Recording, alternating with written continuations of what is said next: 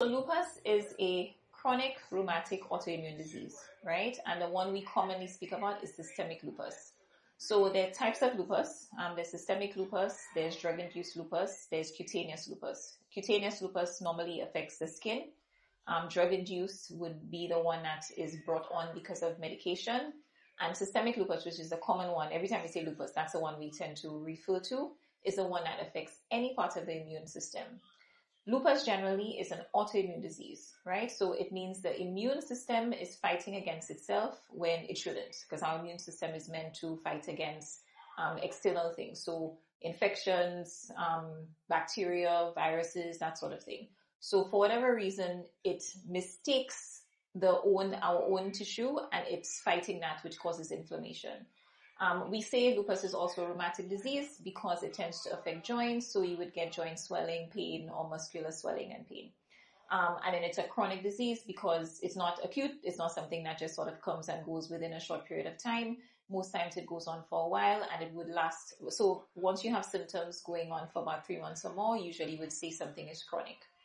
There is also neonatal lupus, which is it's not quite lupus in the sense that the baby doesn't have lupus, but usually if you have a mother who has lupus and they have a baby, they pass on the antibodies to that baby. And so the antibodies will show itself sometimes in rash in the baby or anemia. And so when the mom brings the baby and they get tested, they will say the baby has neonatal lupus, but those antibodies leaves the body basically after a certain age. So it's not something that stays on. Given that lupus makes the immune system mistakenly attack the body, what does this mean for long-term health? So much to know or learn about lupus. There's a lot of research going on. At the end of the day, what it is that there are things that trigger lupus. We don't know what causes it. So because I guess we don't know what causes it, we haven't found a cure yet. Because obviously if you know what causes something, you can just sort of target that, right? But we know it's something that causes inflammation in the body, something that causes the immune system to not check itself. So genetics plays a role, right? So some people, their genes are associated with having a risk for lupus. And if you have a family history of lupus or autoimmune or connective tissue disease, usually that will increase your risk. But that is not the major thing. The major thing is some sort of trigger, and I mean, there are environmental triggers, and there's so many thoughts. So environmental triggers, the ones we know more of would be UV rays, so sunlight. So you will hear about people saying lupus patients shouldn't be out in the sun. And so the UV rays would somehow trigger something in, the immune system and cause inflammation to occur. You can have stress. So chronic stress is actually one of the factors that does contribute to triggers of lupus. Stress can come in so many different forms. So you can have physical stress. So physical stress may be an infection. So if you have a really bad infection, your immune system is trying to deal with an infection, and maybe somewhere something goes wrong and it doesn't realize that the joint that's there is part of what's going on, and then there's like a check, you would say, and so it starts to attack itself. You can have trauma in the sense of, so there's a role or like what we talk about in terms of psychological trauma. So sometimes we have found people who present with symptoms after they have had a major, maybe a death. So maybe they're coping with a sudden death, or it doesn't have to be sudden, a death, something that has affected them significantly, or even something like a breakup or a divorce. So sometimes these things do cause trauma within the body, and that will trigger the immune system to react and have it, mistake itself as well. Hormones play a role. So women get lupus more than men, right? Almost 10 times more than. So if you have 10 people, 9 of them will have lupus, 1 will be a man, right? 9 women. And there are different things that can contribute to that. One of them, of course, would be hormones, because we have estrogen and things that, like, in terms of that. So you would find sometimes women will have more symptoms of their lupus around their cycle. The age that lupus will tend to affect is between 15 and say 45. So again, that's the reproductive years. That's when people are seeing their period and that sort of thing. You can also have other things like, so hormone-related things triggering. So we go through perimenopause, we go through pregnancy. In pregnancy, there are lots of hormonal changes. So sometimes patients present right after pregnancy with symptoms of lupus. So women, that's one way women, it's been said that women would tend to get lupus more. The other way is that they say there's a sort of, again, related to trauma, that the personalities of women might be one that lends more to stress, like taking on stress. We worry more. We have a lot more in terms of roles to fulfill. We always feel like we have to do everything. Sometimes that as well creates stress within the body, which can cause autoimmune disease. There are probably other things like I mentioned before, drug induced. So there's certain drugs that may trigger lupus as well. I feel like there are things that I'm forgetting, but basically there's so many factors again with regards to trauma, and maybe if we look at things like leaky gut. So there's the digestive system. So our digestive tract is a major part of our immune system, and that part. So within the digestive tract, basically, if you think about it, when we eat stuff, whatever is not good, usually you pass it out through waste, or when it gets into the cells, it's the body, the kidneys, the liver will get rid of it.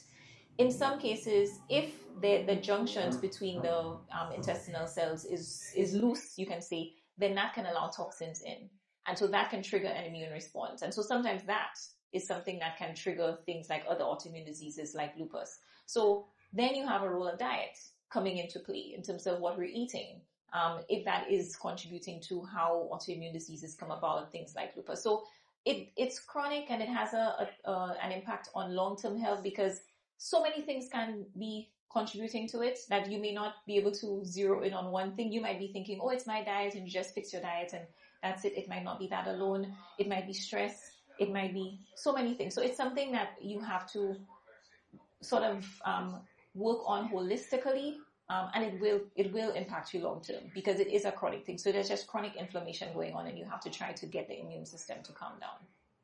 And in your opinion, what is the best way to manage lupus? Would you recommend pharmaceuticals, or are there any home remedies do you think that are effective? Okay, so the thing is, with pharmaceuticals, we have a lot of studies that show.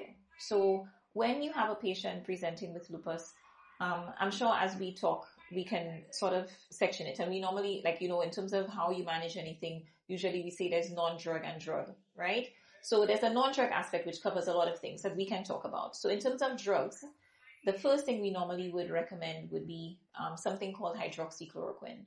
So that's Plaquenil, and that is an antimalarial drug which has been shown to help rheumatic conditions. So it's not only used in lupus, it's used in other like rheumatoid arthritis, but in lupus in particular, they have done studies which show that it not only helps with things like fatigue, which patients complain about a lot, joint pain or chest pain or rash, but it helps also with other metabolic things. So like with cholesterol and blood sugar, and just general reducing inflammation in the body.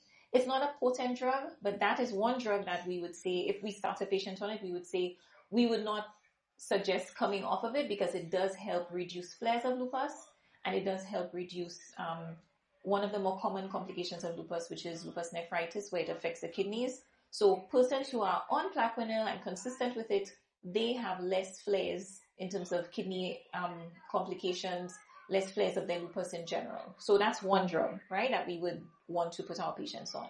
We use steroids, but I think it's important to say that steroids have their place. So when a patient comes in and maybe there's a lot of inflammation going on with an organ in particular, we will want to use steroids to reduce that as quickly as possible, so you can sort of move on.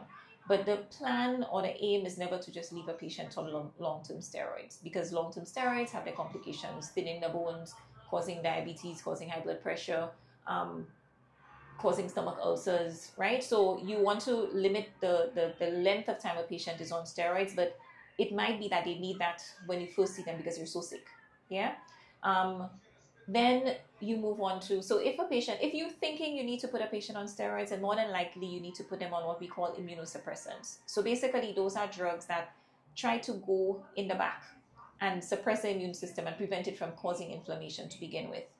And there are a lot of drugs that we use here that, it may not be that they are how do you say? So there are only about 2 drugs I think that have been approved for lupus treatment, but over the years there have been many drugs that we use which have been shown to be effective.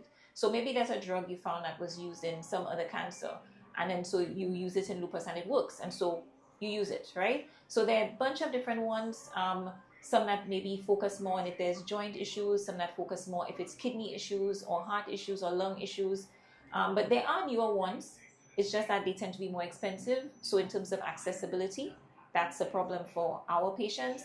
But for patients maybe in first world countries, they might be able to access those things like belimumab or voclosporin, or now there's a new one called aflibercept, right? So there are drugs that are meant to basically suppress the immune system and prevent it from being overreactive. So that's drugs. But in terms of when we want to manage lupus or any condition, I think, because to me, lupus as a chronic disease, the principles apply the same for diabetes or high blood pressure. It's not just about taking medication, it's about lifestyle. So because we spoke about, all the other factors that could trigger, it means we would, if we stay along the same lines of drugs, and it means there's supplements that we would recommend. So we always like to recommend omega-3s. So it has been shown omega-3 fatty acids are very helpful for reducing inflammation and for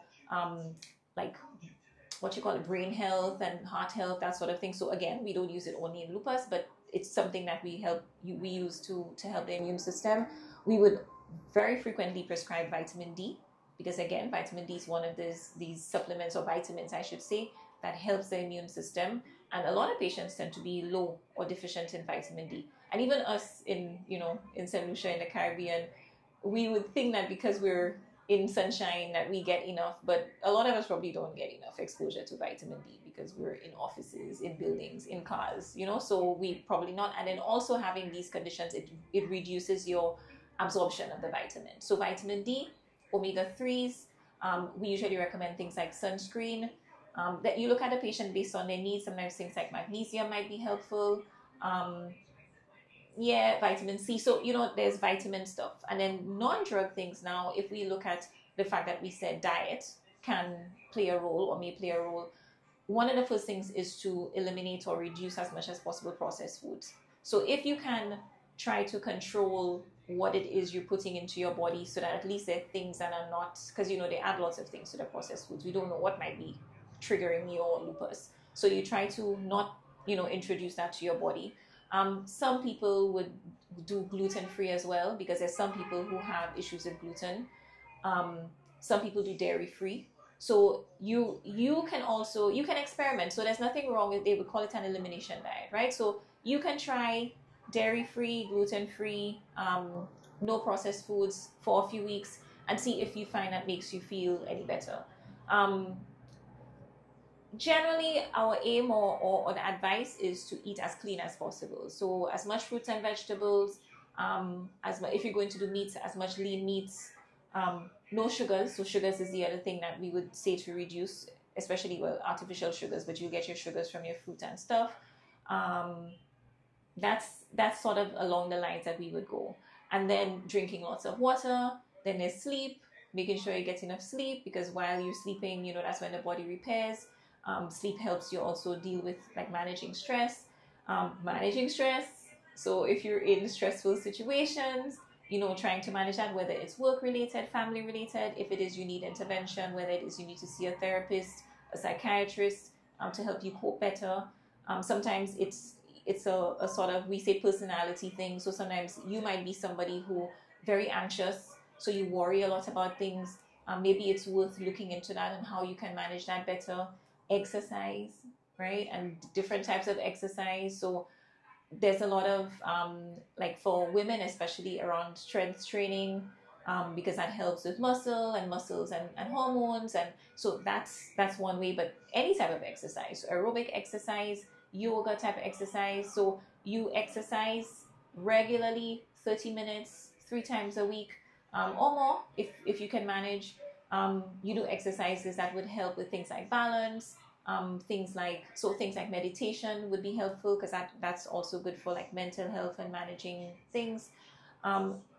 There's just so much stuff. So even dealing with, so we spoke about, I mentioned seeing a psychiatrist. So sometimes it might mean dealing with trauma. So whether it's childhood trauma or whatever traumas that may be affecting you and maybe causing your immune system to be unwell, dealing with that can have its role as well.